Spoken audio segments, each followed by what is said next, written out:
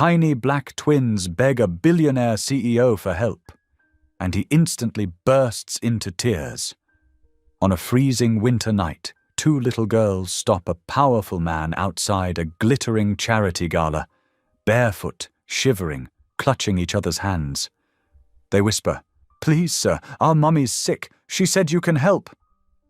The crowd freezes, cameras flash, and the man everyone calls heartless suddenly breaks down in front of the world. But why? These girls aren't just strangers. They carry a secret that could destroy his perfect empire or save his soul, a forgotten past, a mother on the brink, and a truth money can't bury. As guilt collides with grace, he'll have to face the one thing he's spent a lifetime running from. What happens when the world's richest man discovers the only thing he can't buy is forgiveness?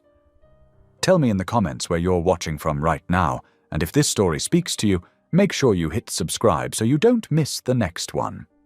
The December wind whipped around the elegant columns of the Atlanta Convention Center, carrying snowflakes that danced in the glow of camera flashes. James Ellison adjusted his bow tie, a gesture more habit than necessity, as he emerged from another successful charity gala. At 45 years old, he had mastered the art of appearing engaged while keeping his emotions safely locked away. The marble steps gleamed with a thin layer of frost, and his Italian leather shoes clicked against them as he descended. His driver, Thompson, stood ready beside the sleek black limousine, its polished surface reflecting the twinkling city lights like stars fallen to earth.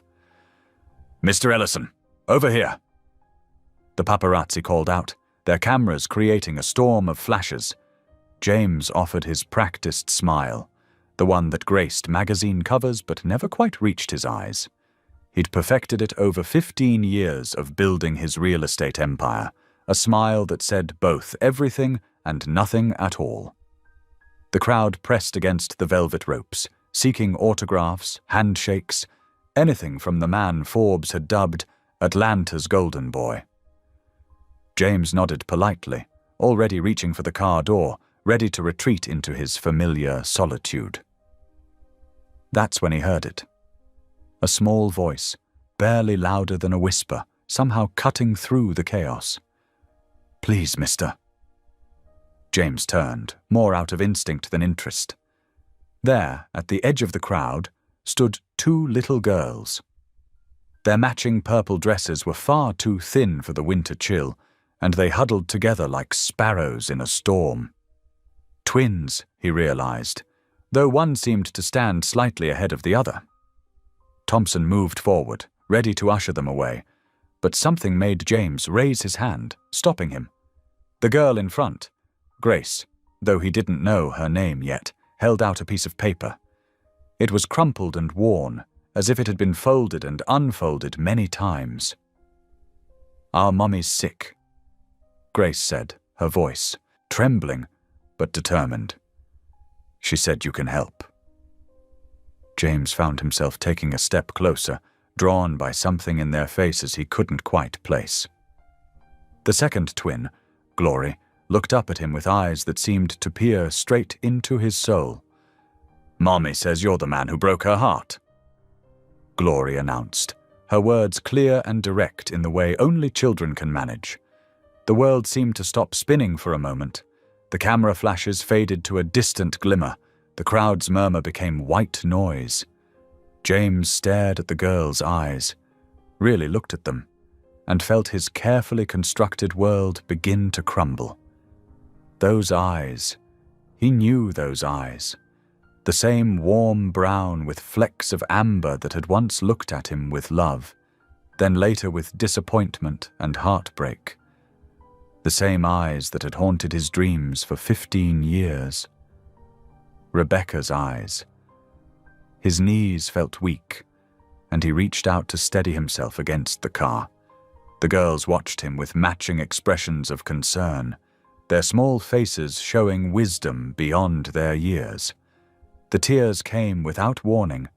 James Ellison, the man known for his steel resolve and emotional distance, felt hot tears rolling down his cheeks in front of hundreds of onlookers.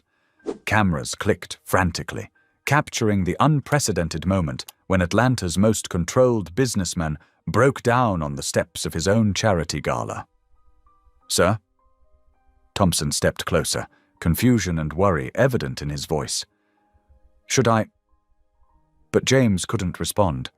His chest felt too tight, his throat too thick with emotions he'd spent years burying. The little girls continued to watch him, and in their faces he saw echoes of his past, of choices made and paths not taken. Grace, the quieter one, reached out and touched his hand. Her small fingers were cold from the winter air, but her touch sent warmth spreading through his chest. "Don't cry, mister," she said softly. "Mommy says crying helps the heart heal." Glory nodded vigorously. "Yeah, like when you put a Band-Aid on a cut, except the Band-Aid is invisible and made of tears." Their innocent wisdom, delivered with such certainty, only made James cry harder. The crowd had fallen silent now, watching the scene unfold with a mixture of confusion and fascination. Here was James Ellison, the man who had closed billion-dollar deals without blinking, now openly weeping on the steps of the convention center because of two little girls in purple dresses. Thompson cleared his throat. "Sir, perhaps we should continue this conversation in the car, away from the—" He gestured discreetly at the growing crowd of photographers. James wiped his eyes with the back of his hand, trying to regain his composure. Yes, of course. He looked down at the twins, who were still watching him expectantly. Would you like to get somewhere warm?" The girls exchanged a quick glance, seeming to have an entire conversation in that single look. Then Grace nodded, still clutching the crumpled note, while Glory broke into a wide smile that somehow made James's heart ache even more. "Yes, please," Grace said politely. "Our feet are very cold." James noticed for the first time that their shoes were well worn, the soles beginning to separate at the edges. Without thinking, he shrugged off his expensive wool coat and wrapped it around both girls. It engulfed them completely, making them look like children playing dress-up in their father's clothes. "Thompson," James said, his voice still rough with emotion. "Help them into the car. Carefully, please." As Thompson opened the door and helped the twins climb into the warmth of the limousine, James stood for a moment, trying to collect himself. The cameras continued to flash, and he knew tomorrow's headlines would be full of speculation about his public breakdown. For the first time in his career, he found he didn't care. He slid into the car after the girls, closing the door on the chaos outside. In the quiet interior, illuminated by the soft glow of the accent lighting, he could see them more clearly. They couldn't be more than 6 years old, with matching braids tied with purple ribbons that coordinated with their dresses. They sat close together on the leather seat, still wrapped in his coat, looking both afraid and determined. "Can I—" James had to clear his throat again. "Can I see that note?" Grace carefully unfolded the paper and handed it to him. Her hands were steady, but he could see the worry in her eyes. Glory leaned forward, watching his face intently as he began to read. James felt his heart skip a beat as he recognized the handwriting immediately. Even after 15 years, he would know those careful curves anywhere. The note was short, just a few lines, but they hit him like physical blows. "James, I never wanted to ask you for anything, but our girls need their father now. Rebecca." The paper trembled in his hands. "Our girls." The words echoed in his mind, bringing with them a flood of memories and regrets. He looked up at the twins, his daughters, and saw them with new eyes. How had he not recognized Rebecca's features in their faces right away? The shape of their eyes, the curve of their cheeks, even the way Grace held herself with quiet dignity and Glory sparked with barely contained energy. "You're our daddy," Glory announced, breaking the silence. It wasn't a question. James nodded slowly, unable to speak. The simple truth of her words threatened to overwhelm him again. "Mummy has your picture," Grace added softly. "The one from when you were young. She keeps it in a special box with her treasures. She gets sad when she looks at it." Glory continued. "But she says looking at sad things helps you remember what's important." Each word they spoke was another crack in the wall James had built around his heart. 15 years of running from his past, of burying himself in work and wealth, of telling himself that leaving had been the right choice, all of it crumbling in the face of these two little girls who somehow belonged to him. The car glided through the streets of Atlanta, the city lights creating patterns that danced across their faces. James watched them, trying to memorize every detail, suddenly terrified of missing another moment of their lives. "Where is your mother?" he finally managed to ask. The twins exchanged another of their silent looks. "At the hospital," Grace answered. "That's why we came to find you. The nurses said she needs special medicine that costs lots of money." "And Mommy said you have lots of money?" Glory added matter-of-factly. "She said you probably have swimming pools full of money like Scrooge McDuck." Despite everything, James found himself chuckling at the comparison. "I don't actually swim in my money," he said, surprised by how natural it felt to talk to them. "But yes, I can help with the medicine. Which hospital is she in?" As Grace gave Thompson the hospital's name, James studied the girls again. They were so small, so vulnerable, yet they had found the courage to seek him out. They had walked up to a stranger, albeit one their mother had told them about, and asked for help. The thought of what could have happened to them on the streets of Atlanta made him shudder. "How did you get to the gala?" he asked suddenly, realizing they couldn't have walked far in this weather. "Miss Jenny from next door drove us," Glory explained. "She's waiting in her car around the corner. She said we had to be quick because her cat needs medicine too." James made a mental note to thank this Miss Jenny properly. He pulled out his phone and sent a quick text to his assistant to arrange for a generous thank you gift to be delivered to their neighbor. The limousine turned onto the hospital street, its headlights cutting through the light snow that had begun to fall. James felt his heart racing as they got closer. After 15 years, he was about to see Rebecca again. The thought filled him with equal parts longing and dread. "Will you help Mummy get better?" Grace asked, her voice small but hopeful. James reached out and took her tiny hand in his. "Yes," he promised, and for the first time in years, he felt the weight of something more important than money or power. "I'll do everything I can." Glory smiled and snuggled closer to her sister under his coat. "Mommy says promises are like invisible strings that tie hearts together." "Your mother," James said softly, "always did have a way with words." The car came to a stop in front of the hospital's main entrance. As Thompson opened the door, letting in a rush of cold air, James looked at his daughters. The words still felt strange and wonderful in his mind, and made another silent promise. Whatever happened next, he would not run away again.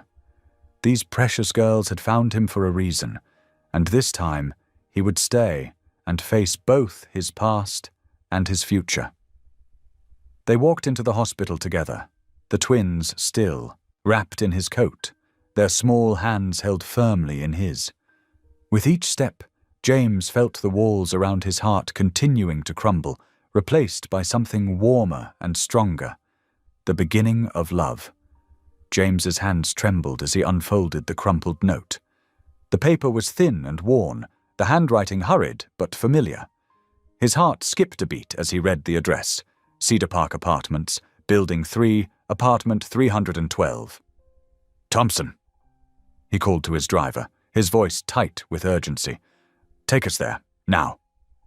The twins huddled together in the back seat of the limousine, their small frames dwarfed by the leather upholstery.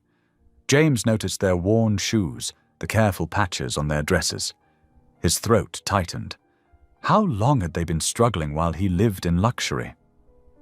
"Is it far?" Grace asked, her voice barely a whisper. "No, sweetheart."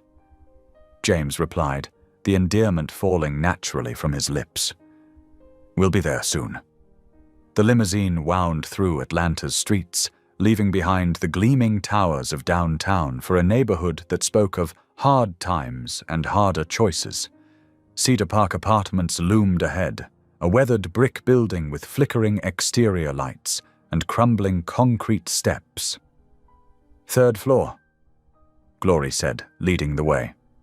James followed, noting the broken elevator sign, the peeling wallpaper, the faint smell of mildew. His designer shoes echoed on the metal stairs as they climbed. Apartment 312's door was slightly ajar.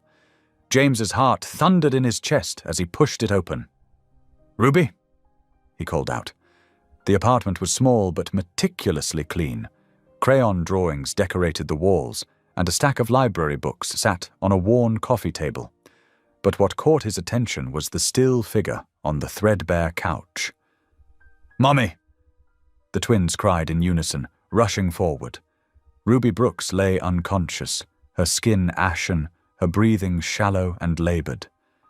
James knelt beside her, his fingers finding her pulse, weak but present. She looked so different from the vibrant young woman he remembered, yet achingly familiar. "Call 911!" he barked at Thompson, who had followed them up. James gently brushed Ruby's hair from her forehead, noting the fever burning beneath her skin. "Ruby, can you hear me?" The twins pressed against him, their small bodies trembling. "Please don't let Mommy die," Grace whispered, her voice breaking. Glory echoed her sister's plea, clutching James's sleeve. "She's going to be okay," James promised, though fear clawed at his chest. "Help is coming." The minutes until the paramedics arrived felt like hours. James held the girls close as the emergency medical team worked, their efficient movements a blur of activity. They asked questions he couldn't answer, her medical history, her symptoms, how long she'd been unconscious. "She's been sick," Glory offered quietly. "She keeps coughing and saying she's tired. But she still goes to work." Grace added, "She says we need the money for food and medicine." Each word was like a knife to James's heart. As the paramedics loaded Ruby onto a stretcher, he caught a glimpse of her workplace ID card on the kitchen counter. His world tilted on its axis as he read, "Brooks Ruby, maintenance staff, Ellison Enterprises, 2016. 7 years ago. The same time he'd ended things with a young woman who'd tried to tell him something important, something he'd refused to hear. The same time he'd buried himself in work, expanding his empire while ignoring the growing emptiness inside. "Sir." A paramedic touched his arm. "Are you family?" James looked at the twins, their faces mirror images of hope and fear. "Yes," he said firmly. "We're going with her." At the hospital, James's name opened doors that might have remained closed.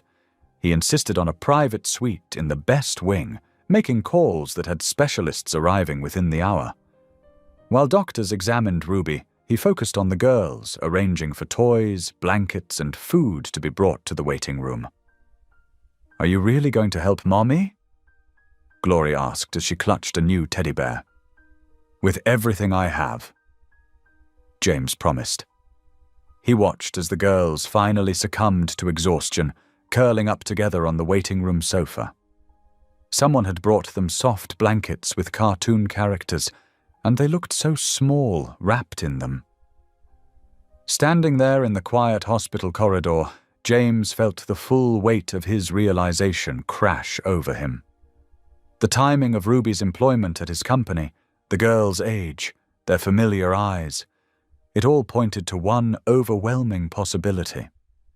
These precious, brave little girls who had walked up to him at the gala might be his daughters. The shame of his past actions threatened to choke him. He'd been so focused on building his empire, so convinced that success and wealth were all that mattered.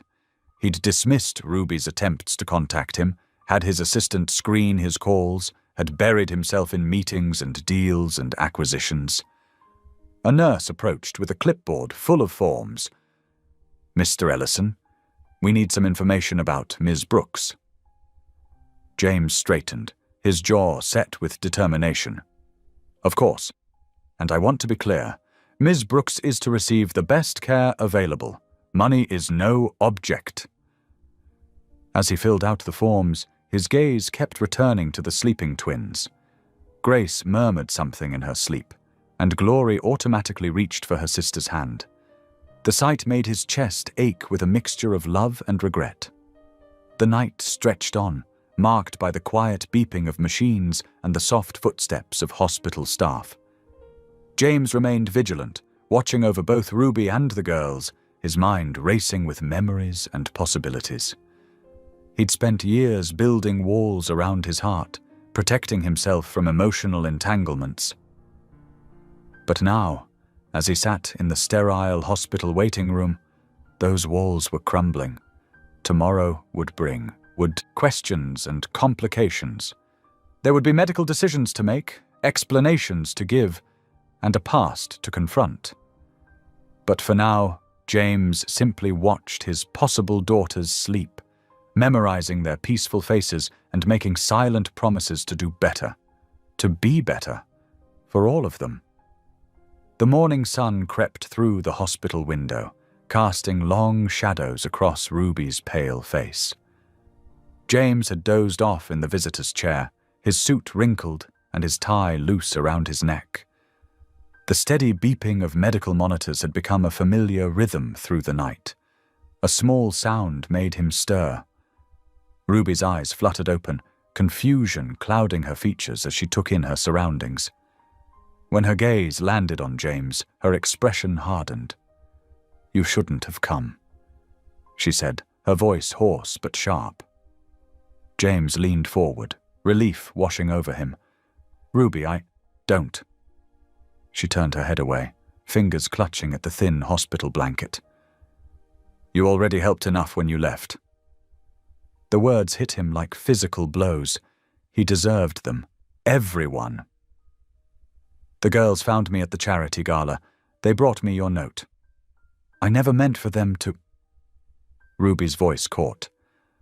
"I was desperate. The fever. I couldn't think straight."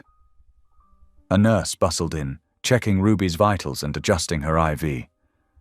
"Your temperature's much better, Miss Brooks. The antibiotics are working." James watched as Ruby submitted to the examination, noting how she held herself rigid, proud even in a hospital gown. She'd always been that way, refusing to bend, refusing to break. The twins arrived shortly after, accompanied by a kind-faced hospital volunteer who'd been watching them. Their faces lit up at seeing their mother awake. "Mommy!" They scrambled onto the bed, careful of the tubes and wires. Ruby's entire demeanor softened as she gathered them close. "My sweet girls, I'm so sorry I scared you." "It's okay," Grace said. "Mr. Ellison took care of us. He got us teddy bears," Glory added, "and hot chocolate with marshmallows." Ruby's jaw tightened, but before she could respond, a woman in a neat business suit entered the room. She introduced herself as Sarah Martinez, the hospital social worker. "Ms. Brooks, Mr. Ellison?" she began, her tone professional but gentle. "Given the circumstances, we need to discuss some legal matters." Ruby's arms tightened around her daughters. "What legal matters?" "Mr. Ellison has indicated he may be the children's father," Sarah explained. "For everyone's protection, especially the girls, we recommend a paternity test." The tension in the room became palpable. Ruby's face went blank. a mask James recognized from years ago when she'd tried to hide her pain. "It's just a simple cheek swab," Sarah continued. "We can have results within 24 hours. James found his voice. "I'll cover all costs, of course."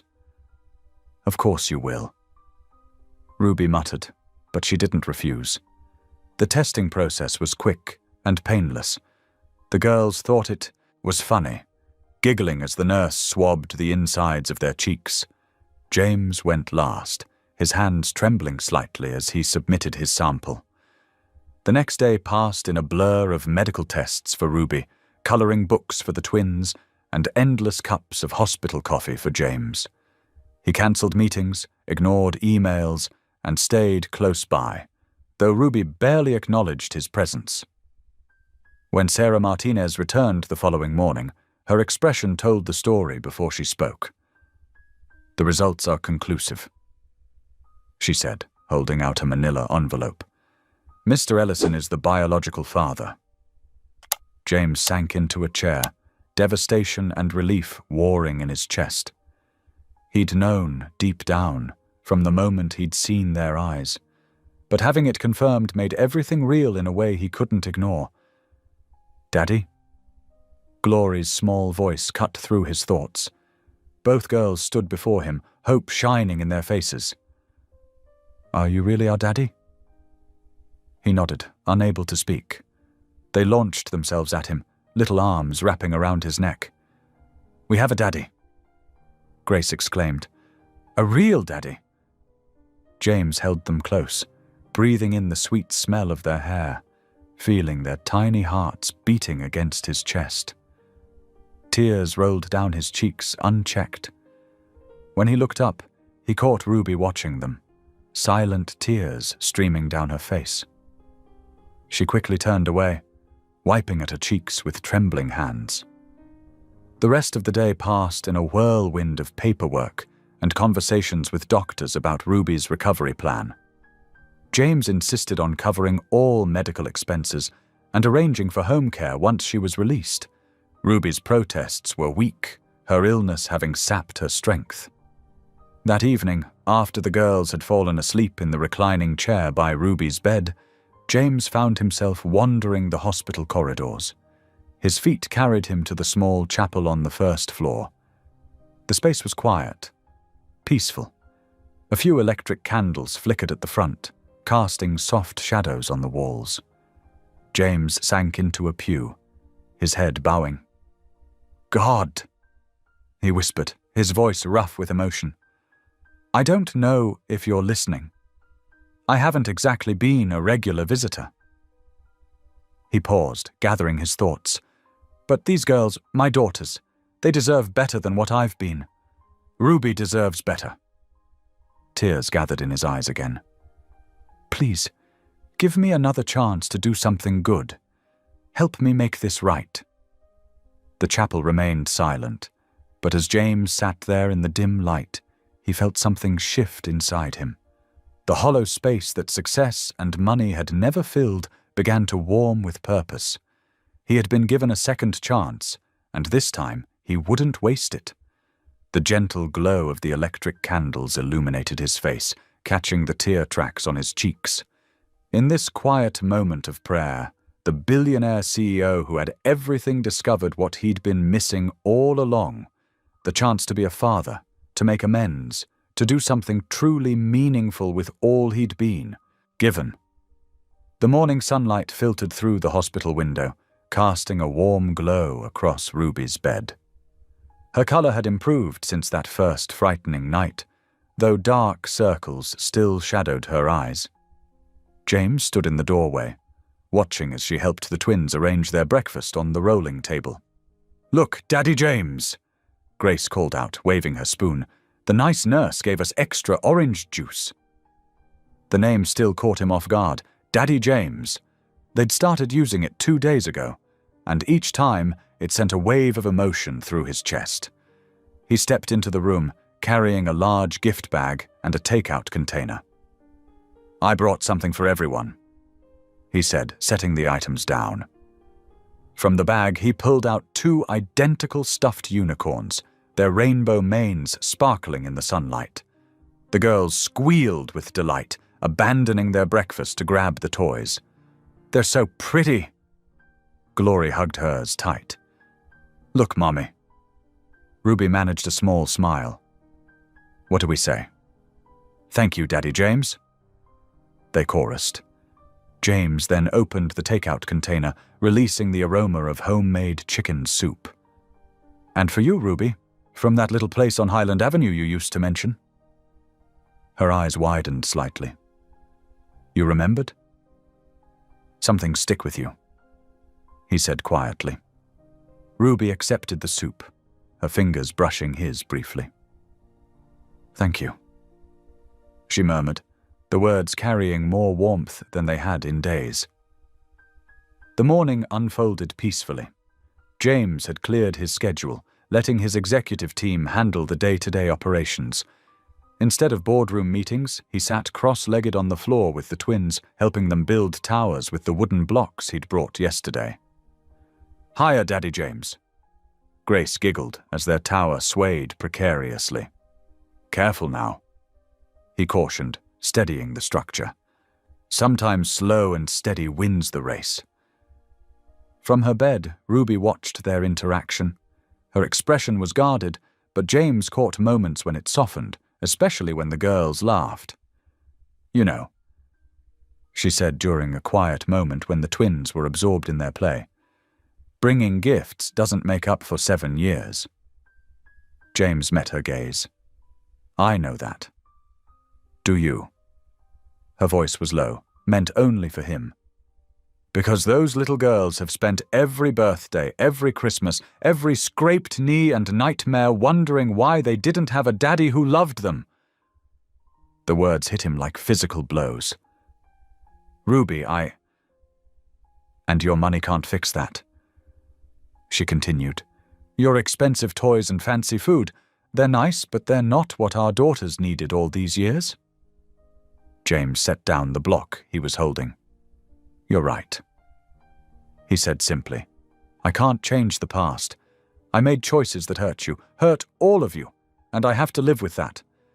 But I'm here now, and I want to do better." Ruby's expression flickered. Before she could respond, a knock at the door interrupted them. A stern-looking woman in a navy suit entered, carrying a thick folder. "Ms. Brooks, I'm Margaret Wilson from Child Protective Services." The temperature in the room seemed to drop. Ruby straightened in her bed, instinctively reaching for her daughters. "What's this about?" James stood, unconsciously positioning himself between the social worker and his family.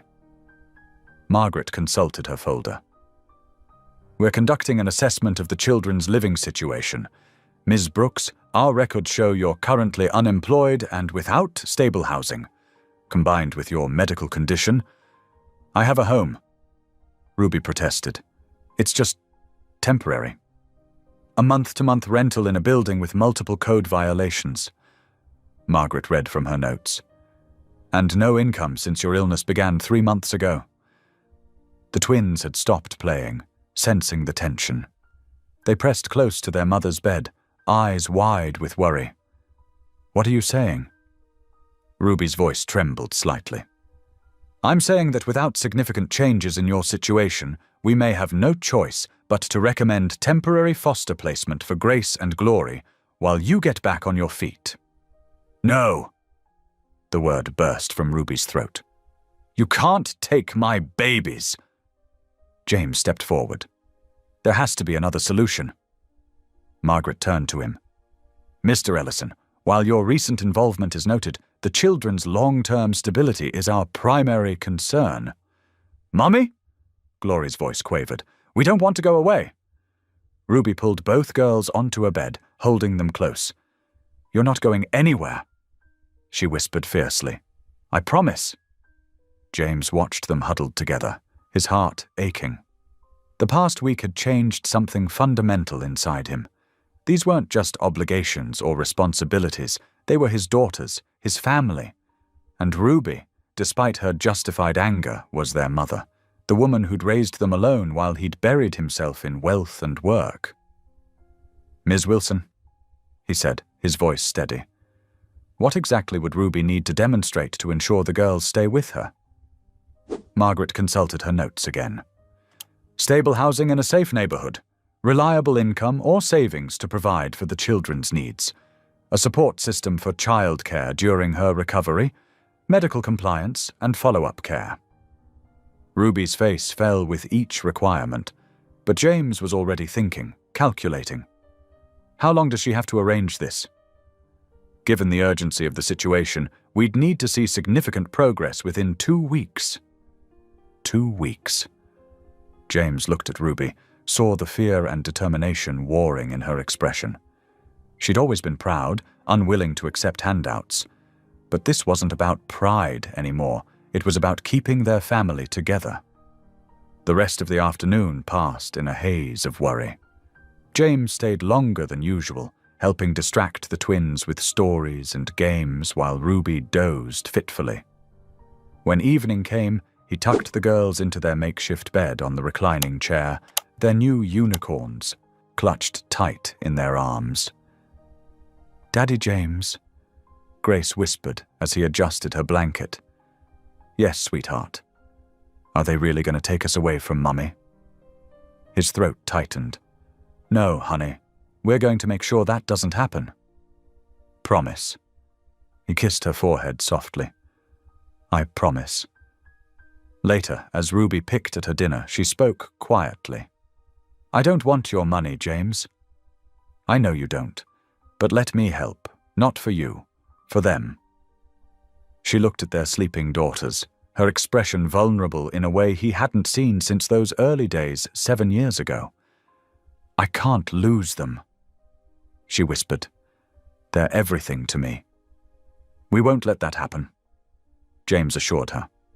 "Whatever it takes, Ruby, we'll figure this out together."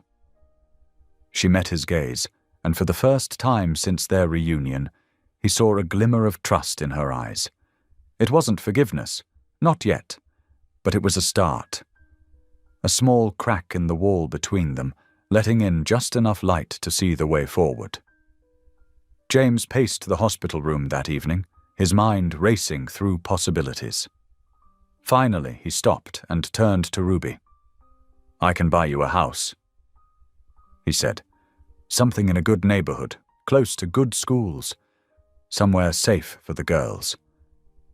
Ruby's hands clenched in her lap. "A house?" "Yes, I've already looked at some properties. There's a lovely 3-bedroom in Brookhaven, or maybe—" "Stop!" Ruby's voice cut through his words like a knife. "Just stop. Ruby, please. This could solve everything." She pushed herself up straighter in the hospital bed, her eyes blazing. "You think money fixes everything, don't you? That's always been your answer. Throw enough cash at a problem and it disappears.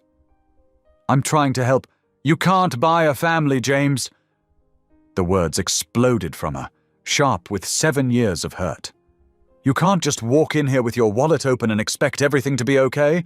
Where were you when I was working 3 jobs while pregnant? Where were you during the endless doctor visits, the sleepless nights, the birthday parties where they asked why they didn't have a daddy like other kids?" A small sob from the corner made them both freeze. Grace and Glory stood there in their matching pajamas, tears streaming down their faces. "Please don't fight," Grace whimpered. "We'll be good," Glory added. "We promise." The sight of their daughter's distress hit James like a physical blow. He crossed the room and knelt before them, his expensive suit wrinkling against the linoleum floor. Hey, he said softly, opening his arms. The girls rushed into them, burying their faces against his shoulders. "Nobody's fighting because of you, and you're already so good. Are they going to take us away because you and Mommy are mad at each other?" Grace's voice was muffled against his jacket. "No, sweetheart." He pulled back just enough to look them both in the eyes. "I promise you I will never let anyone take you away. Never." Ruby watched from her bed, her anger warring with the undeniable tenderness of the scene before her. James might be many things: arrogant, controlling, desperate to fix his mistakes with money. But the way he held their daughters spoke of something genuine, something that couldn't be purchased. "Mommy." Glory turned toward her. "Can we stay with Daddy James sometimes, even if we don't get a new house?" Ruby's throat tightened. She didn't trust James, couldn't trust him, not after everything. But watching him with their daughters, seeing the way they'd already wrapped themselves around his heart, she thought of the social worker's warnings, of the very real possibility of losing her girls to the system. "We'll figure something out," she said finally, her voice softer than before. "But right now it's way past your bedtime." James helped tuck the twins back into their makeshift bed, reading them another chapter from their new favorite book until their breathing evened out in sleep. Only then did he return to the window, staring out at the snow that had begun to fall over Atlanta. The city lights sparkled through the flurries, reminding him of camera flashes at the gala that seemed a lifetime ago. He'd stood there then, surrounded by wealth and acclaim, feeling emptier than he'd ever admit. Now, in this modest hospital room with its institutional furniture and faint antiseptic smell, everything had changed. His reflection ghosted in the glass, expensive suit, perfect haircut, all the trappings of success. But for the first time in years, he wasn't seeing the billionaire CEO, the man who could buy his way out of any problem. He was seeing a father who'd abandoned his family, who'd missed 6 years of bedtime stories and first steps and birthday wishes. This wasn't about his reputation anymore. It wasn't about maintaining his carefully constructed image or adding another achievement to his portfolio. This was about redemption, not just in Ruby's eyes or society's, but in his own heart. The snow continued to fall, each flake a tiny reminder of how quickly things could change, how a single moment could alter the course of multiple lives. Behind him, Ruby shifted in her bed, and the twins murmured in their sleep. His family, the family he'd once abandoned, now depending on him to make things right. But as the evening's argument had proven, money alone wouldn't be enough. He couldn't simply write a check and expect 7 years of absence to disappear. Whatever came next would require something he wasn't sure he knew how to give: patience, understanding, and the humility to accept that some wounds take more than wealth to heal. The morning sun streamed through the hospital windows as Ruby sat on the edge of her bed, already dressed in fresh clothes James had brought the day before. Her discharge papers lay signed on the bedside table, marking the end of her hospital stay, but the beginning of new uncertainties. "Mummy, are we going home now?" Grace asked, clutching her favorite stuffed rabbit. Before Ruby could answer, James stepped into the room, his presence filling the doorway. "Actually, I've arranged something temporary, just until you're fully recovered," he added quickly, seeing Ruby's expression harden. "It's a furnished apartment near here, so you won't have to climb 4 flights of stairs while you're healing." "We don't need—" Ruby began. "It's for the girls," James interrupted softly. "They need somewhere safe and warm while you get better." Glory bounced on her toes. "Does it have a big TV? Can we watch cartoons?" James smiled, some of the tension leaving his shoulders. "Yes, it does, and there's a park right across the street." Ruby looked at her daughter's hopeful faces and felt her resistance crumbling. The thought of returning to their old apartment, with its broken heating and steep stairs, made her chest ache, both physically and emotionally. "Just temporary," she agreed finally. The apartment was on the 3rd floor of a modern building, with an elevator that made Glory squeal with delight. When James opened the door, the twins rushed in, their excited voices echoing off the walls. The space was modest by James's standards, but felt like a palace compared to their old place. 2 bedrooms, a living room flooded with natural light, and a kitchen with new appliances. I had some groceries delivered, James said, opening the fridge to reveal it fully stocked. I remembered you like strawberry yogurt. Ruby's throat tightened.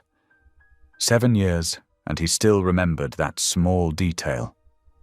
Over breakfast, pancakes that James surprisingly knew how to make from scratch. He cleared his throat. I've been thinking, I know some people in different industries. I could help you find work, something that would give you flexibility with the girls. Stop. Ruby set down her fork. I don't need you to arrange my life, James. I can find my own job. The twins looked up from their plates, syrup dripping from their chins. Grace reached for her backpack and pulled out her drawing supplies, while Glory munched thoughtfully on her pancakes. I'm just trying to help, James said quietly. Like you helped by disappearing when I told you I was pregnant. His face fell, the guilt raw in his eyes. Before he could respond, Glory piped up. Daddy James, can you make more pancakes? These are way better than the frozen ones. The tension cracked slightly, and James managed a small smile. Of course, sweetheart. While he worked at the stove, Grace and Glory settled at the coffee table with their crayons and paper.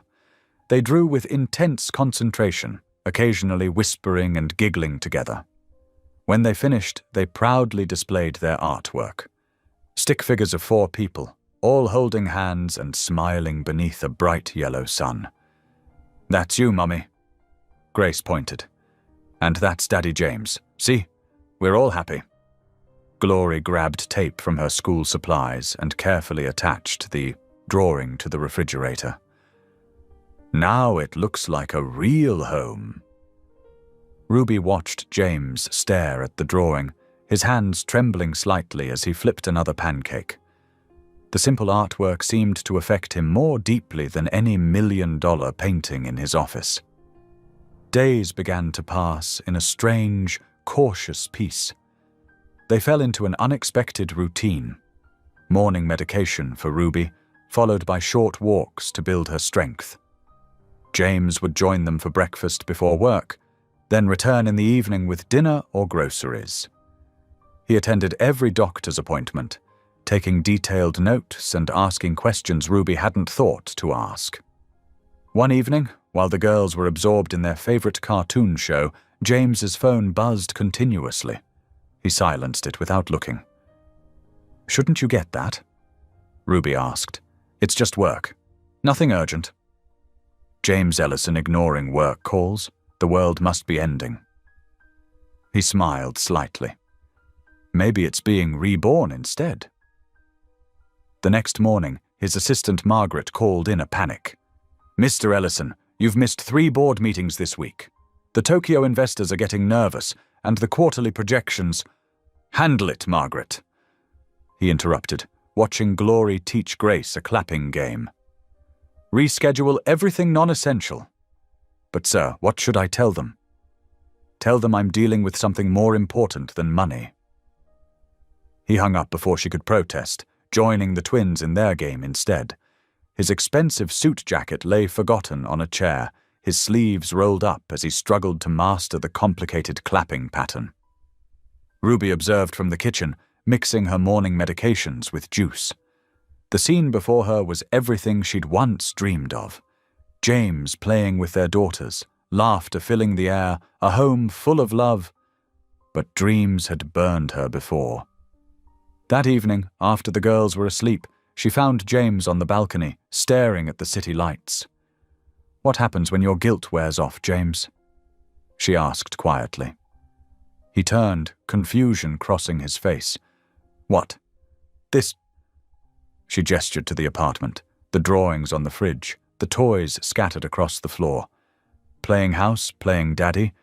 What happens when you've done enough to ease your conscience? Ruby, because they love you now. She continued, her voice breaking slightly. They draw pictures of you. They wait for you every evening. They call you Daddy James. So when you decide you've paid your debt and go back to your real life, it won't just be me you're leaving this time. The words hung between them, heavy with the weight of their shared past and uncertain future. James opened his mouth to respond, but Ruby turned away, retreating to her room before he could see the tears threatening to fall. Through the thin walls, she could hear Grace and Glory's soft breathing from their room, peaceful and unaware of the complexities swirling around them. Their innocent drawings still decorated the fridge. A paper family, smiling and whole, everything their real family had never been. The morning started like any other, with James bringing coffee and breakfast before work. But everything changed when his phone started buzzing non-stop. Ruby noticed his face go pale as he scrolled through messages. "What's wrong?" she asked, setting down Grace's orange juice. James wordlessly handed her his phone. On the screen was a glossy magazine website, Celebrity Watch Weekly. The headline made her stomach drop. The Billionaire's secret family, James Ellison's hidden love child twins. Below were several photos.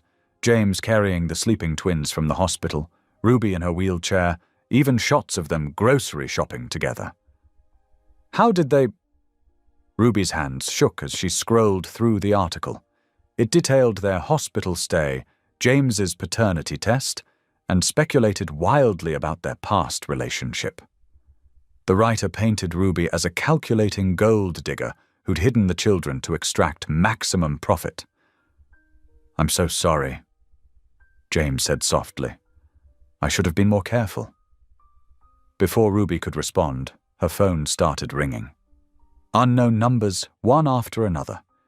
She turned it off, but the damage was done. Through the apartment windows, she could see photographers gathering on the street below. "Mommy?" Glory asked, peering out the window. "Why are all those people taking pictures?" Ruby pulled the curtains shut. "It's nothing, baby. Finish your breakfast." James's phone rang again, this time from his board chairman.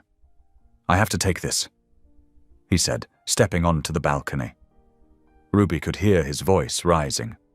"No, absolutely not. I don't care about the stock price. I will not deny my children." The twins looked up from their cereal, worried. Ruby tried to distract them with cartoons, but a loud knock at the door made them all jump. "Ms. Brooks, can we get a comment about your relationship with James Ellison? Is it true you kept his children secret for 6 years?" More voices joined in, the knocking growing more insistent. Grace started crying, and Glory covered her ears. James burst back in. "We need to leave. Now, pack some essentials." "This is exactly what I was afraid of," Ruby exploded. "You've turned our lives into a headline. My daughters can't even eat breakfast in peace." "I know, and I'm sorry," James said, helping Grace wipe her tears. "But right now we need to get somewhere safe. I have a house in a gated community, complete privacy, security guards. Please, Ruby." She looked at her frightened daughters and nodded. While James called his driver, Ruby quickly packed overnight bags. The girls clung to each other, unusually quiet. Getting to the car was chaos. Cameras flashed, reporters shouted questions. James shielded the twins with his jacket while security guards cleared a path. Ruby kept her head down, humiliation burning through her. The drive was tense. James's phone kept ringing. His assistant, board, members, PR team. Each time, he rejected the calls. The twins sat huddled together, holding hands. "Did we do something bad?" Grace asked in a small voice. "Is that why everyone's mad?" Glory added. James immediately turned around in his seat. No, sweethearts, come here." He gathered them both into his arms, ignoring his rumpled suit. "You two are the only thing I've ever done right. Those people out there, they just want to tell stories. But you did nothing wrong. You're perfect just as you are." Ruby watched the genuine love in his embrace, the tears in his eyes as he comforted their daughters. For the first time, she truly believed he meant it. The gated community was like entering another world. Manicured lawns, pristine houses, and blessed quiet. The house James brought them to was smaller than Ruby expected, beautiful but not ostentatious. "It's my personal retreat," he explained, helping them with their bags. "Nobody knows about it except my most trusted staff. You'll be safe here." Inside, the twins slowly relaxed, exploring their new surroundings. The house had a backyard with a small playground, and their faces lit up at the sight of the swings. James's phone buzzed again. This time he answered, putting it on speaker so Ruby could hear. "Mr. Ellison," a smooth voice said, "the board has prepared a statement denying any relationship with Ms. Brooks or paternity of the children. We just need your approval." "No!" James's voice was steel. "I will not deny my daughters. Sir, the stock has already dropped 15 points. Investors are nervous. If you'd just—" I said no. I've spent my life chasing wealth at the expense of everything else. Not anymore. Those little girls are my children, and I'm proud to be their father. If the board has a problem with that, they can find themselves a new CEO. He hung up, meeting Ruby's stunned gaze. "You'd give up your company?" She whispered. "I gave up something far more precious once." He replied quietly, "I won't make that mistake again." The sound of laughter drew their attention to the backyard, where Grace and Glory were taking turns on the swings, their earlier fears forgotten. The late afternoon sun caught their matching braids, and for a moment everything else, the reporters, the scandal, the pressure, faded away. Ruby watched James watching their daughters, saw the fierce love and protection in his eyes. The cold businessman she'd known 7 years ago would never have chosen family over fortune. Maybe people really could change. Her phone buzzed with another unknown number. She declined it, but not before seeing dozens of missed calls and messages. Their lives had been turned upside down, exposed for public consumption. Yet somehow, watching her daughters play freely in their new sanctuary, seeing James choose them over everything he'd built, Ruby felt something she hadn't expected. Hope. The girls ran inside, cheeks flushed from playing. "Daddy James!" they called, in unison. "Come push us on the swings!" He smiled, shrugging off his suit jacket. "Coming, sweethearts." As he joined them in the backyard, Ruby heard Glory ask again, softer this time, "Are you sure we didn't do anything wrong?" James knelt down, looking both girls in the eyes. "Listen to me. You two are the best thing that's ever happened to me. Those people out there, they don't matter. What matters is right here, this family. And I promise you, no one will ever make you feel wrong about that again." The conviction in his voice brought tears to Ruby's eyes. Whatever came next, whatever headlines screamed their story to the world, she knew one thing for certain. James Ellison had finally found something worth more than all his billions. The January days settled into a gentle rhythm at the gated community house. Each morning, James would stumble into the kitchen before dawn, determined to master the art of cooking breakfast. The first few attempts were disastrous. Burned toast setting off smoke alarms, pancakes that could double as hockey pucks, and eggs so rubbery the twins giggled themselves silly trying to bounce them off their plates. "Daddy James, maybe you should stick to cereal," Grace suggested one morning, trying to be diplomatic as she poked at a particularly crusty waffle. James looked so crestfallen that Ruby couldn't help but laugh. "Here," she said, coming to stand beside him at the stove. "Let me show you how to test if the pan is the right temperature." These small moments of teaching began happening more often. Ruby found herself surprised by James's willingness to learn, to humble himself in ways the powerful CEO never would have before. He paid attention when she demonstrated how to braid the girls' hair, practiced until his fingers could weave the strands without tangling. He learned their favorite songs, their bedtime routines, which stuffed animal belonged to which twin. His office, once a sanctuary of pristine order, transformed under tiny hands. One rainy afternoon, the girls begged to paint, and instead of directing them to the playroom, James rolled up his sleeves and spread newspaper across his mahogany desk. "Are you sure, Daddy?" Glory asked, eyes wide as she clutched her watercolor set. "Absolutely sure," James replied, helping them into his leather office chairs. "This room needs more color." Ruby watched from the doorway as her daughters covered sheets of paper with bright swirls and stick figures. James sat between them, his own attempt at painting making them giggle. When Glory accidentally knocked over her water cup, soaking several important-looking documents, Ruby tensed, but James just grabbed paper towels, making a game of the cleanup.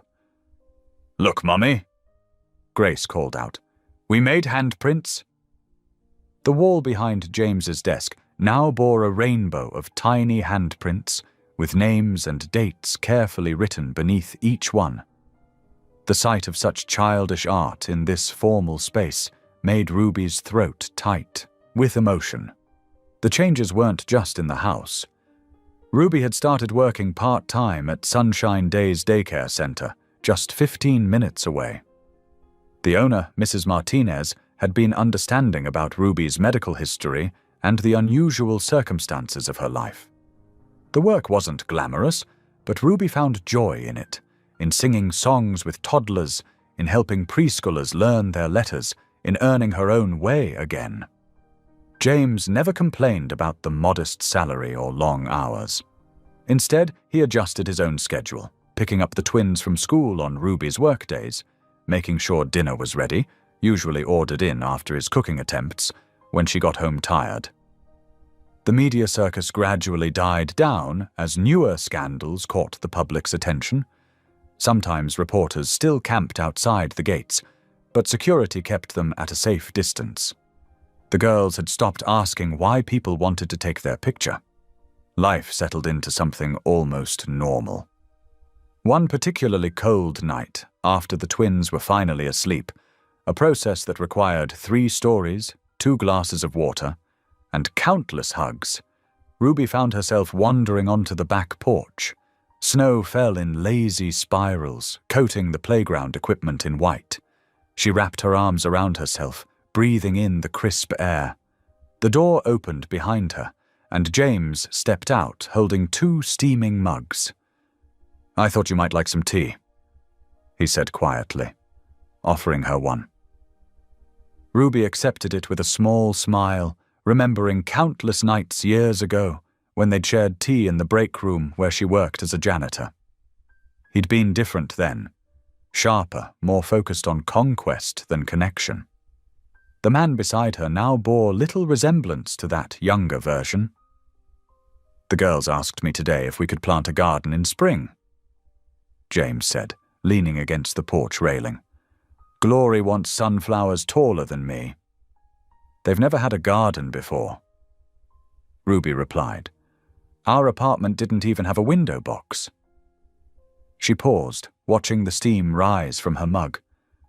"You're good with them, you know. Better than I expected." James turned to look at her, snowflakes catching in his hair. "They make it easy. They love so freely, without judgment or conditions. I don't deserve that kind of love, but they give it anyway." "You're not the same man I hated," Ruby found herself saying, the words surprising them both. His eyes met hers, full of something that made her heart skip. "You're not the woman I deserved," he replied softly. The space between them seemed to shrink, charged with unspoken things. Their hands brushed as they both reached to set down their mugs, lingering for a moment before pulling apart. The touch sent warmth through Ruby that had nothing to do with tea. They stood in comfortable silence, watching the snow transform their small piece of the world. The anger that had sustained Ruby for so many years felt distant now, replaced by something more complicated. The man beside her was neither the cold-hearted businessman who'd abandoned her, nor the knight in shining armor come to rescue her. He was just James, flawed and trying, learning to be both father and friend. The warmth between them was real but fragile, like the first green shoots of spring pushing through frozen ground. Neither seemed willing to risk breaking it with words or demands. For now, it was enough to stand together in the quiet night, watching snow fall on the swing set where their daughters played, sharing space and silence and possibility. The porch light cast their shadows long across the fresh snow, and Ruby found herself studying them, no longer separate entities filled with hurt and mistrust, but something new, something slowly healing. The bitter cold couldn't touch the warmth blooming in her chest, tender and cautious as a first flower after winter. James stood before the floor-to-ceiling windows of his executive office, gazing at the Atlanta skyline he'd helped shape over 2 decades. The city stretched before him like a glittering chessboard, one he'd mastered through calculated moves and ruthless strategy. But now, looking at his reflection in the glass, he saw something different. A man transformed by love. On his desk sat a framed crayon drawing, stick figures of 4 people holding hands, signed in wobbly letters by Grace and Glory. It had become his most precious possession, worth more than all the real estate deals and corporate acquisitions combined. His executive assistant, Margaret, entered with a stack of papers. "The board meeting is in 30 minutes, Mr. Ellison. They're expecting the quarterly projections." James turned, a small smile playing at his lips. "Actually, Margaret, could you call an emergency press conference for tomorrow morning? There's something I need to announce." That evening, as he drove home, his phone buzzed constantly with messages from board members and investors who'd caught wind of the impending announcement. He ignored them all. His mind was made up. The house was warm and bright when he arrived. The sounds of children's laughter drifted from the kitchen, where Ruby was helping the twins with their homework at the dining table. The scene still took his breath away. This simple, precious gift of family he'd nearly thrown away. "Daddy James," the girls chorused, abandoning their math worksheets to run to him.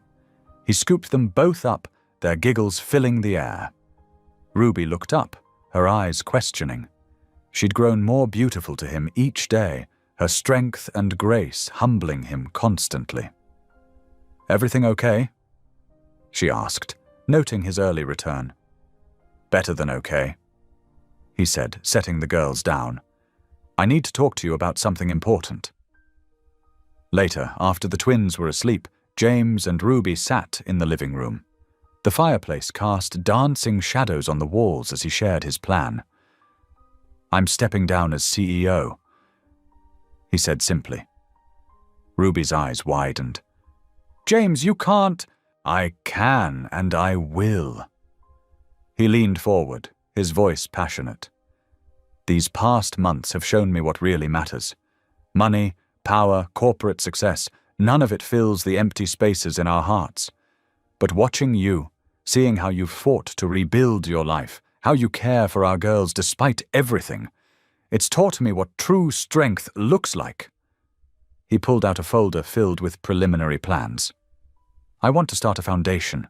Not just another charity, but something real, something that helps single mothers like you were, women who need a chance to rebuild their lives. Housing assistance, job training, childcare support. Whatever they need to stand on their own feet with dignity." Ruby's hands trembled as she looked through the papers. "The media will say you're doing this for show, to clean up your image." "Let them," James replied firmly. "I'm doing this because it's right. And—" He hesitated, then continued softly. "I want you to help me design it. Be our community advisor. You know better than anyone what these women really need."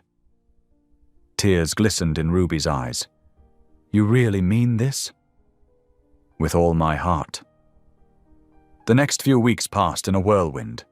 The press conference caused exactly the sensation James had expected. "Billionaire's Redemption Project," the headlines screamed. Business analysts debated his sanity. Social media exploded with speculation about his motives. But through it all, James remained focused on what mattered. He worked with Ruby to develop programs that would make real differences in people's lives. She brought a perspective he could never have had, understanding the daily struggles, the emotional toll, the need for support that went beyond just money. The foundation's opening ceremony was held on a bright spring morning. The twins wore matching pink scarves Ruby had knitted herself, bouncing with excitement as they helped cut the ribbon. James had insisted on keeping the ceremony intimate, with just a few carefully selected media outlets present. Standing at the podium, James looked out at the small crowd. His prepared speech lay forgotten in his pocket as he spoke from his heart instead. 7 months ago, 2 little angels found me at a charity gala. They handed me a note that changed my life forever. I thought I had everything: wealth, power, success. But I was empty inside. Through them, and through their incredible mother, I learned what real wealth looks like. It looks like forgiveness, like second chances, like love that persists even when we don't deserve it. He gestured to the building behind him, a renovated community center that would serve as the foundation's headquarters. This isn't about redemption, it's about recognition. Recognition that every person deserves dignity, every mother deserves support, every child deserves hope, and maybe, just maybe, in helping others heal, we find healing ourselves. Ruby stood nearby, proud tears rolling down her cheeks as the twins held her hands. When James finished speaking, they joined him at the podium. Cameras flashed, capturing not a scandal, but a family united by love and purpose. As the crowd dispersed and the twins chased each other around the new playground equipment, Ruby turned to James. Her eyes held a warmth that made his heart skip. "Maybe you can't buy forgiveness," she whispered, echoing words she'd once thrown at him in anger. But now they carried a different weight.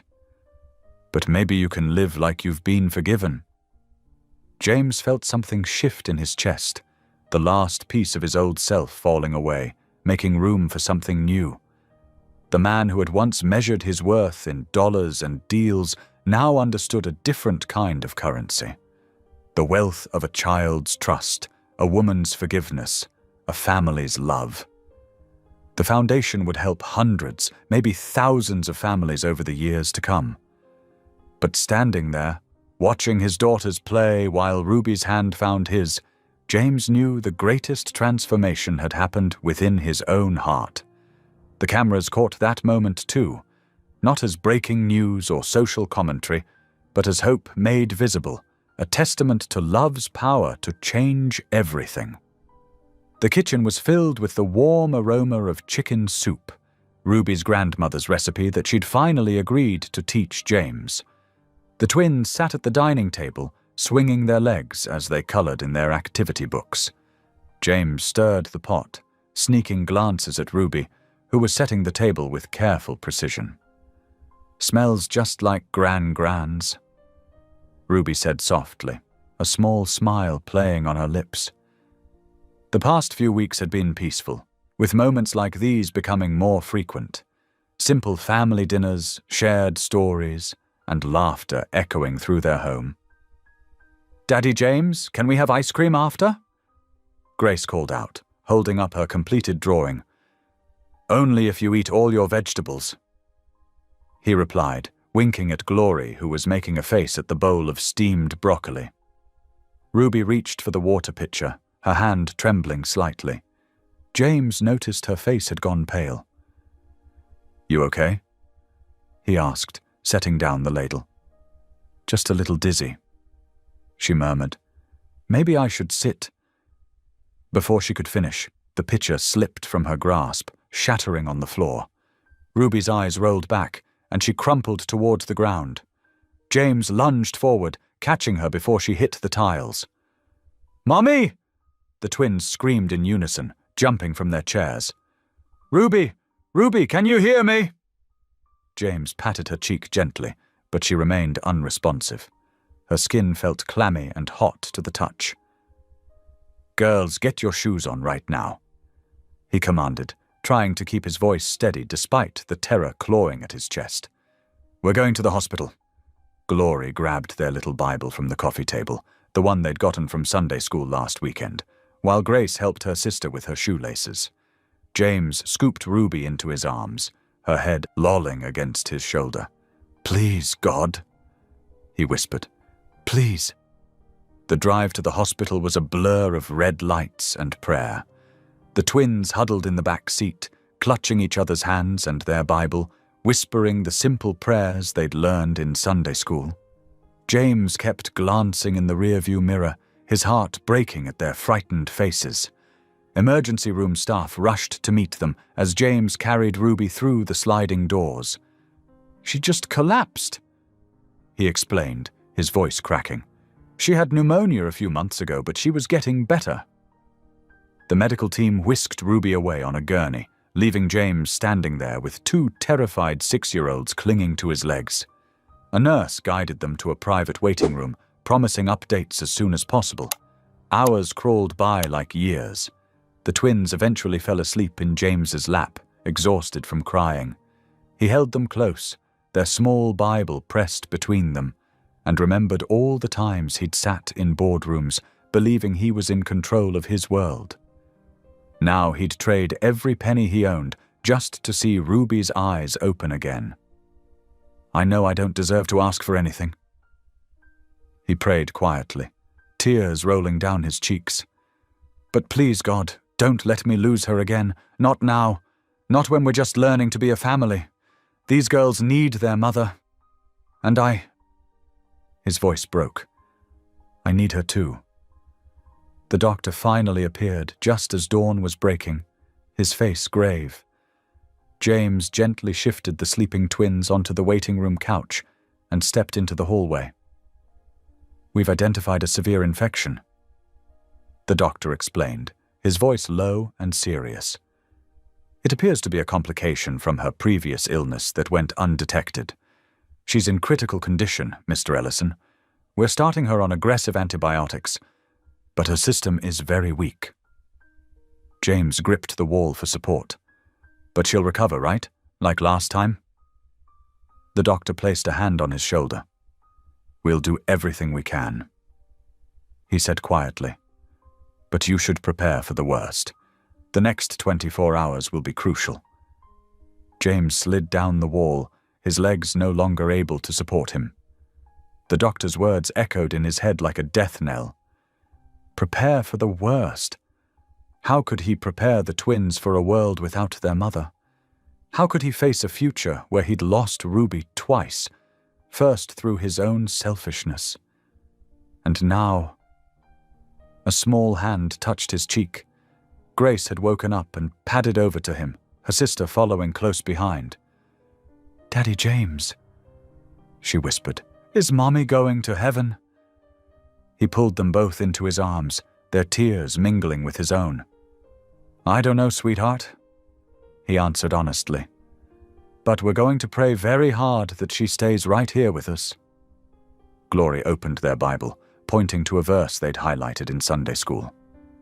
"Teacher says God listens extra careful to little kids' prayers," she said solemnly. James held his daughters closer, their faith both humbling and strengthening him. Through the window, he could see the sun rising over Atlanta, painting the sky in shades of pink and gold. Somewhere in those halls, Ruby was fighting for her life. And here he sat, a man who once thought money could solve any problem, learning that some battles could only be fought on your knees. The twins began to pray in their simple, childlike way. "Dear God, please make Mommy better. We promise to eat all our vegetables and be super good if you let her stay with us. Amen." James closed his eyes, adding his own desperate plea to theirs. The morning light grew stronger, but the shadow of fear refused to lift. All they could do now was wait and hope and pray that somehow love would be enough to bring Ruby back to them. The doctor's words hung heavy in the air. We'll do everything we can, but you should prepare for the worst." James had never felt more helpless in his life. All his wealth, all his power, all his connections, none of it could guarantee that Ruby would open her eyes again. All he could do was hold his daughters and whisper broken prayers into the growing light of dawn. The minutes stretched into hours, and hours into days. James sat vigil by Ruby's bedside, watching the steady rise and fall of her chest, each breath a precious gift. The sterile hospital room became his world, the beeping monitors his constant companions, the uncomfortable chair his new home. Dark circles formed under his eyes, but he refused to leave. "Mr. Ellison," the night nurse would say gently, "you need rest too." But how could he rest? Every time he closed his eyes, he saw Ruby collapsing at the dinner table, heard the twins' terrified screams.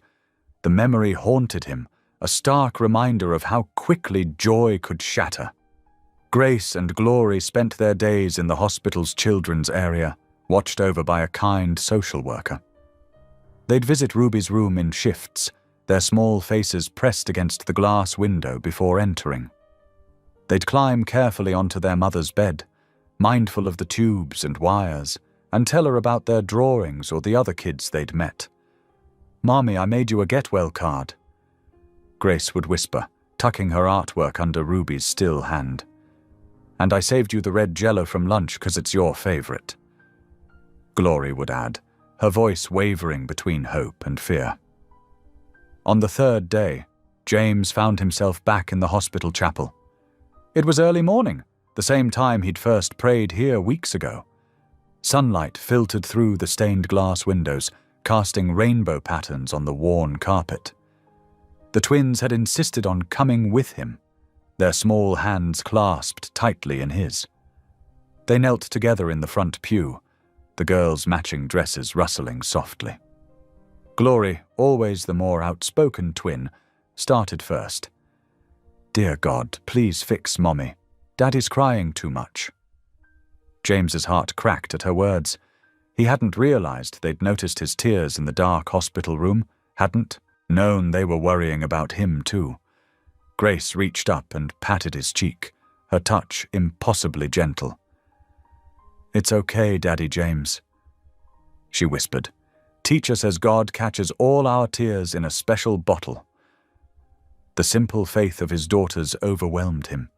Here he was, a man who'd spent his life building empires of steel and glass, being taught about trust by two 6-year-olds.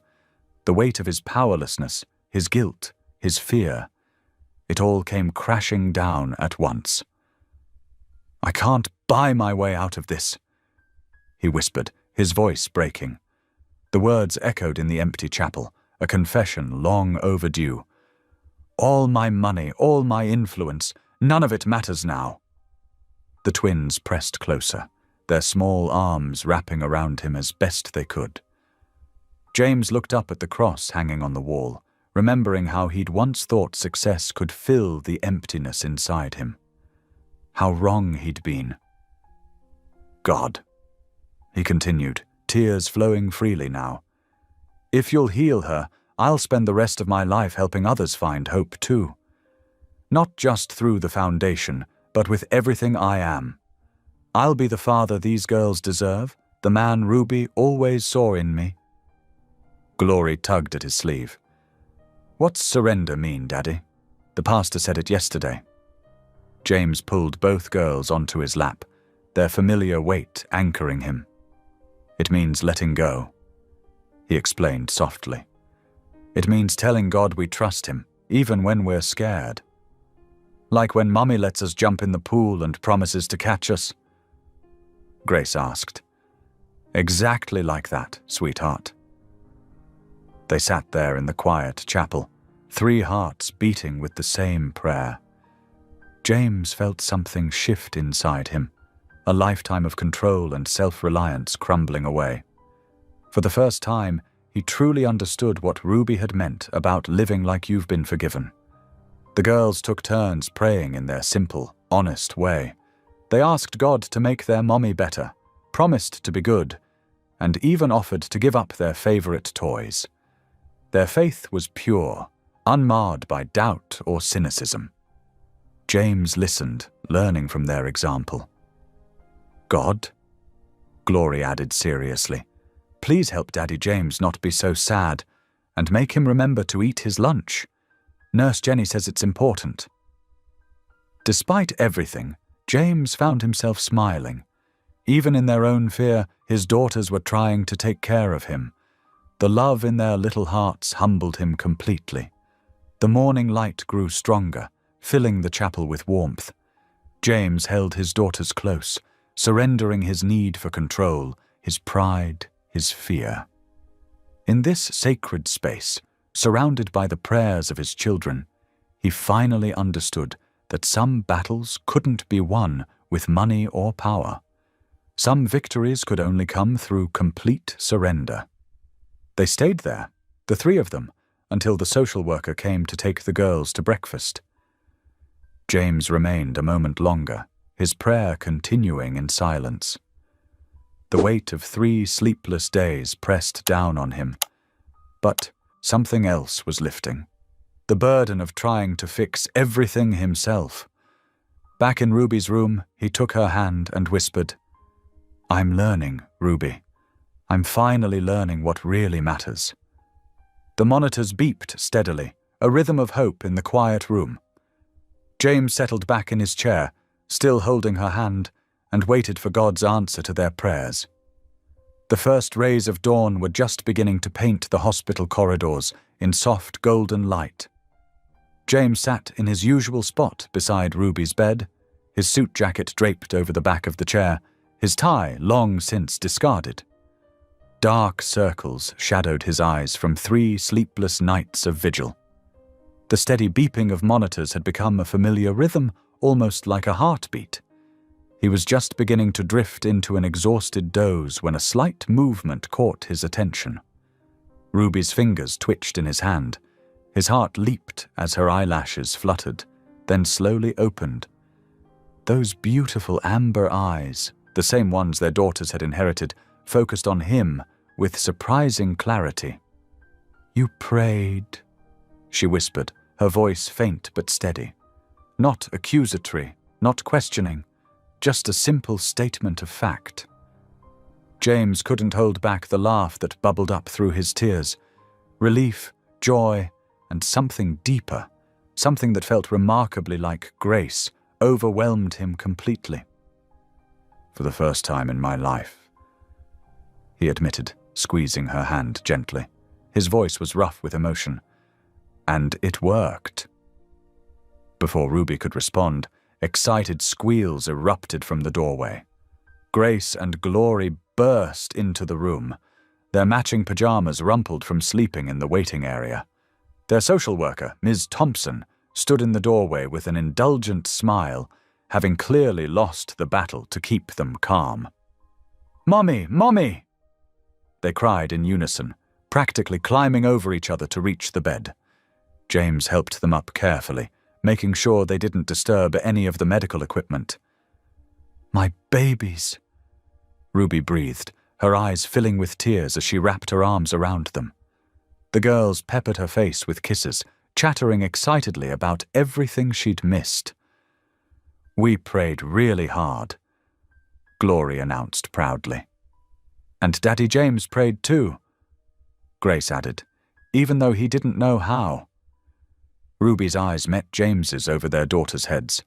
Something passed between them, understanding, perhaps, or forgiveness. Maybe both. The moment was interrupted by Dr. Chen's arrival. He checked Ruby's vitals, reviewed her charts, and shook his head in amazement. "I've been practicing medicine for 25 years," he said, "and I have to call this nothing short of a miracle. The infection has completely cleared. Your vital signs are stable. Even your underlying condition shows remarkable improvement." James watched as the doctor continued his examination. His logical mind wanted to question it, to demand scientific explanations and detailed medical reports. But his newly awakened heart knew better. He thought about the chapel, about his daughter's simple faith, about the moment he'd finally surrendered everything to something bigger than himself. Throughout the morning, nurses came and went. The twins refused to leave their mother's side, curling up next to her on the bed while sharing stories about the past few days. They told her about the rainbow lights in the chapel, about the nice cafeteria lady who gave them extra pudding, about how Daddy James hadn't eaten his lunch even when Nurse Jenny scolded him. Ruby's strength grew steadily as the hours passed. By late afternoon, she was sitting up, managing small sips of water and even a few bites of soup. James watched it all with wonder, remembering the doctor's grave warnings just days ago. His hardened heart, the one that had trusted only in wealth and control for so long, couldn't deny the miracle unfolding before him. As evening approached, the twins finally succumbed to exhaustion, falling asleep on the small couch in the corner. James helped Ruby adjust her position so she could watch the sunset through the large window. The sky was painted in brilliant shades of pink and orange, a celebration of life itself. "You've changed," Ruby said softly, breaking the comfortable silence between them. James nodded, choosing his words carefully. "I needed to," he replied. "These past weeks, seeing you, knowing the girls, watching how you face everything with such faith, it's changed everything." Ruby's hand found his on the bedside rail. "I used to think you were so strong," she admitted. "All that power, all that success. But real strength isn't about control, is it?" "No," James agreed, thinking about his moment of complete surrender in the chapel. "Real strength is about letting go, about trusting something bigger than yourself." They watched as the last rays of sun gave way to the first stars of evening. The city lights began twinkling below, but the view inside the room, their sleeping daughters, their joined hands, the miracle of healing, was far more beautiful. "You gave me something money could never buy," James said quietly, his voice thick with emotion. "Faith." Ruby squeezed his hand, understanding the weight of those words coming from a man who had once believed everything had a price. "Faith was always free," she said softly. "You just had to be ready to receive it." The monitors continued their steady rhythm, a reminder of how close they'd come to losing everything. But in that moment, watching the night sky with Ruby's hand in his, James felt richer than he'd ever been in his life. His wealth wasn't measured in dollars anymore, but in the sound of his daughter's peaceful breathing, in the warmth of Ruby's touch, and in the profound certainty that some things, the most important things, couldn't be bought at any price. Outside, the city hummed with its usual evening activity. Inside room 312, a family held on to their miracle, their hearts beating in time with a newfound faith that would change their lives forever. The winter sun cast long shadows across the hospital parking lot as James helped Ruby into his car. The twins bounced excitedly in their booster seats, chattering about going home and decorating for Christmas. Their innocence filled the space between their parents' careful silence. "Are we going to the big house, Mummy?" Glory asked, kicking her feet against the leather seat. "Yes, sweetie," Ruby answered, her voice still a bit weak but growing stronger each day. "That's home now." James gripped the steering wheel tighter, remembering how that same house had felt so empty just months ago. Now it held everything that mattered to him. The drive was quiet except for the girls' animated discussion about ornaments and tinsel. Ruby gazed out the window, lost in thought, while James kept stealing glances at her through the rearview mirror. There was so much to say, so many years to untangle. When they arrived, James helped Ruby settle onto the living room couch, while the twins ran to their room to change clothes.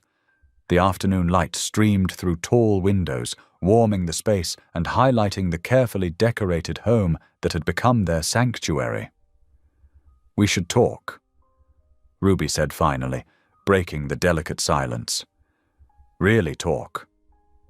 James sat down in the armchair across from her, his usual confidence replaced by vulnerability. I've wanted to for weeks, he admitted. I just didn't know where to start.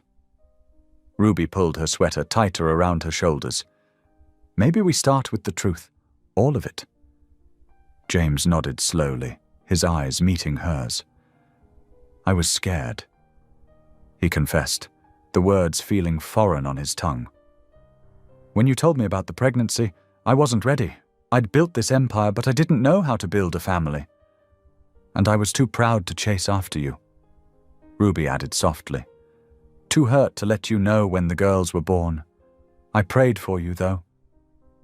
She laughed quietly, but there were tears in her eyes. Every single night, even when I was so angry I could barely breathe. You prayed for me? James's voice cracked slightly. Even then? Especially then. I'd pray, Lord, help him find his way back to you.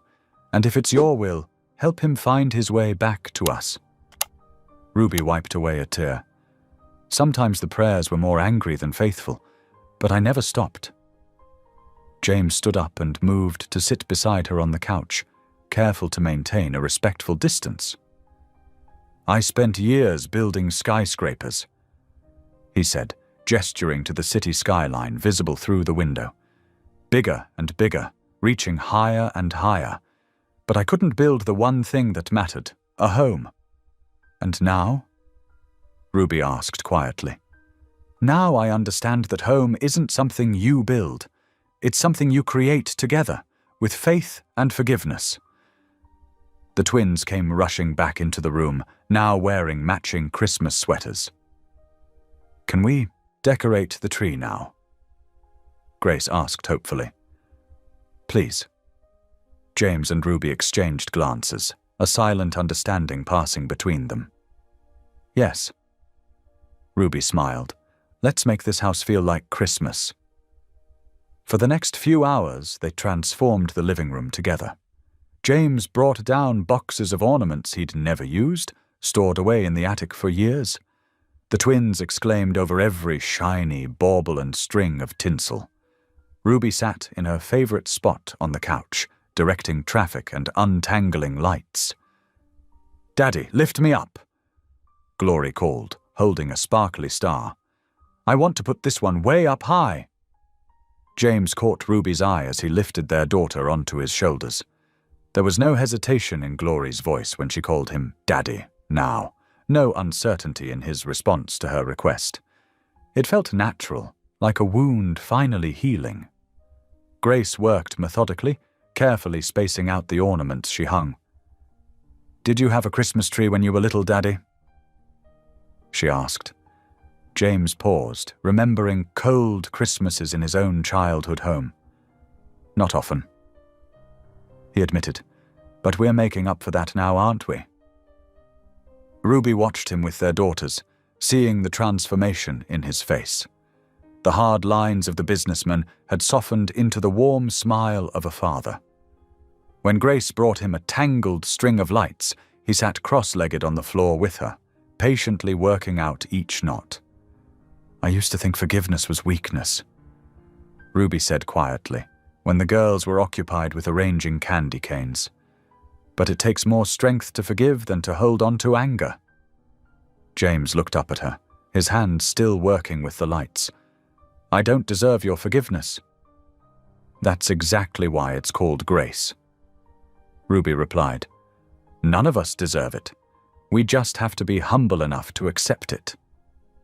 As the afternoon turned to evening, the room grew darker, making the tree lights shine brighter. James plugged in the final strand, and the whole tree sparkled to life. The twins gasped in delight, their faces glowing in the rainbow lights.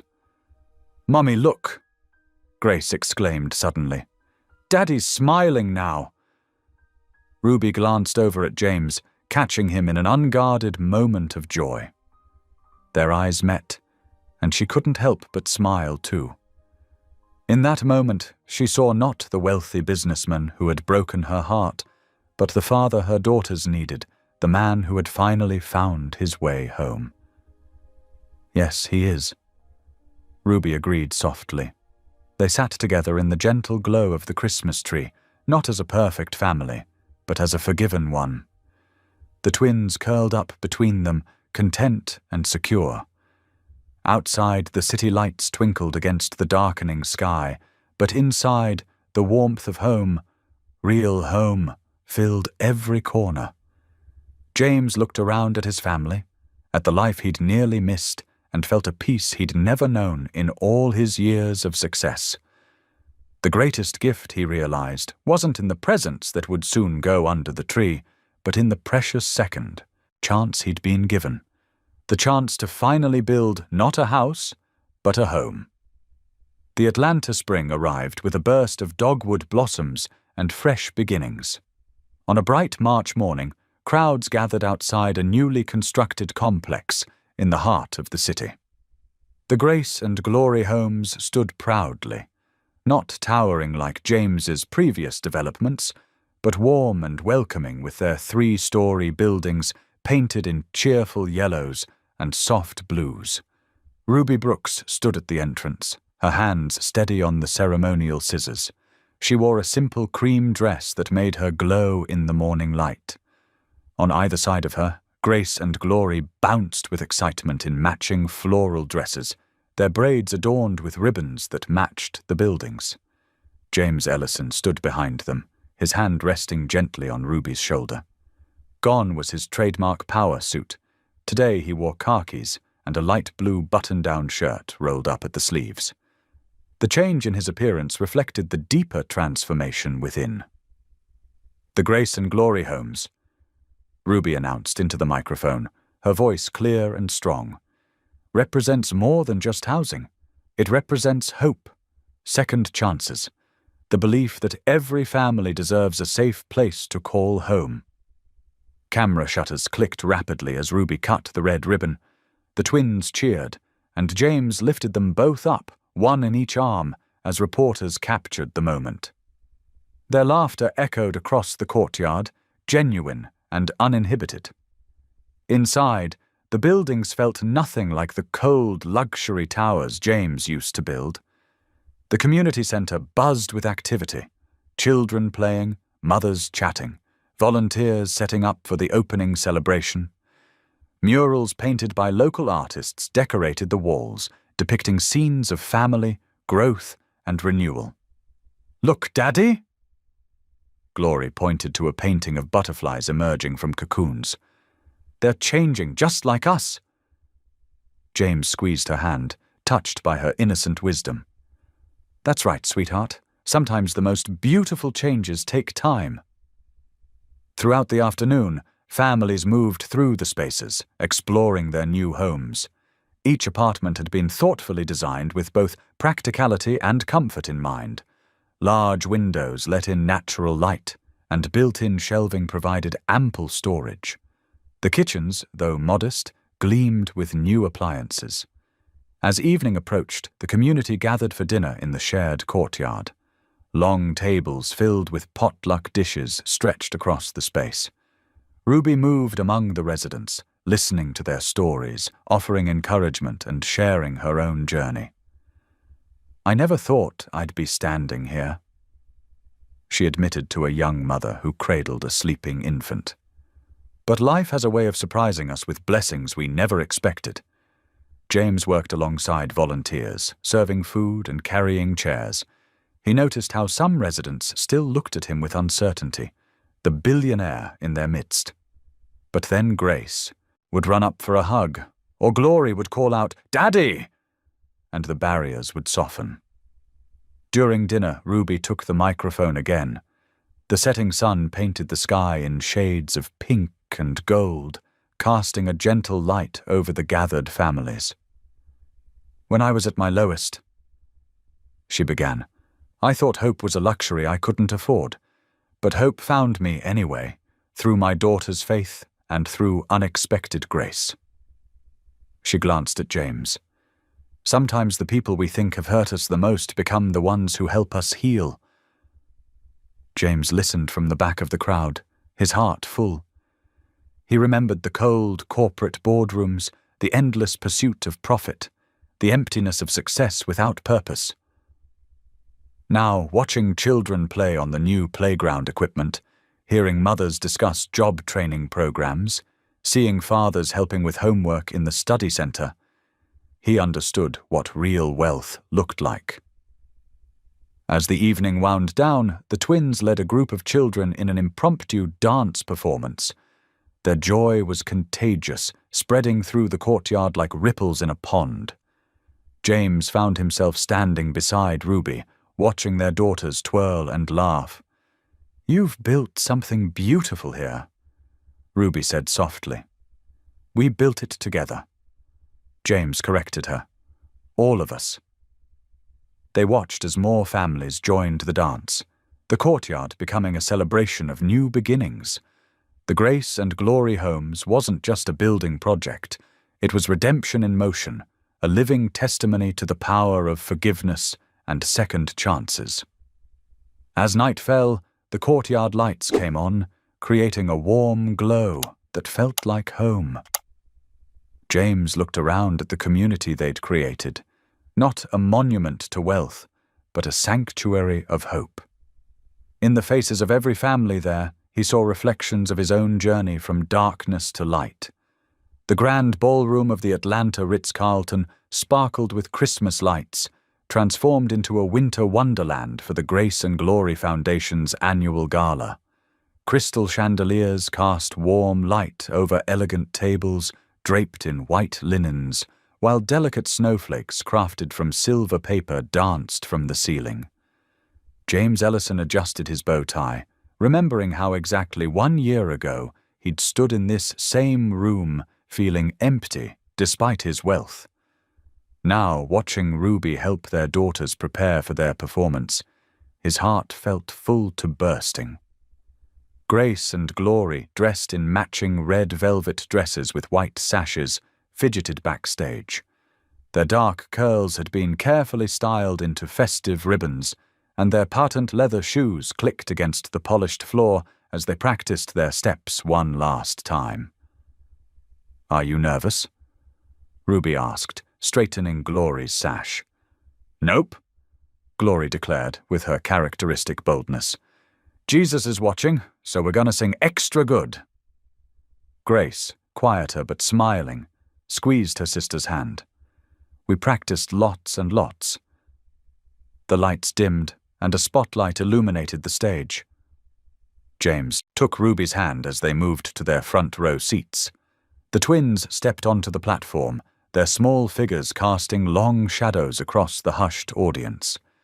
The piano introduction began softly, and then their voices rose clear and pure in perfect harmony. "Silent night, holy night, all is calm, all is bright." James felt tears welling up in his eyes as he watched them. Their innocence, their faith, their simple joy, it all struck him deeply. Ruby squeezed his hand, understanding without words. When the carol ended, applause filled the ballroom. The twins beamed with pride, taking their bows just as they'd practiced. But instead of returning to their seats, they ran straight to James, their shoes pattering against the floor. "Daddy!" Glory called out, throwing herself into his arms. "Did you hear us? Did we do good?" "You were amazing," James said, gathering them both close. "Just perfect." Grace looked up at him with her thoughtful eyes. "Daddy?" she asked. "Why did you cry that night when you met us? At the other party?" The question made the busy room seem to fade away.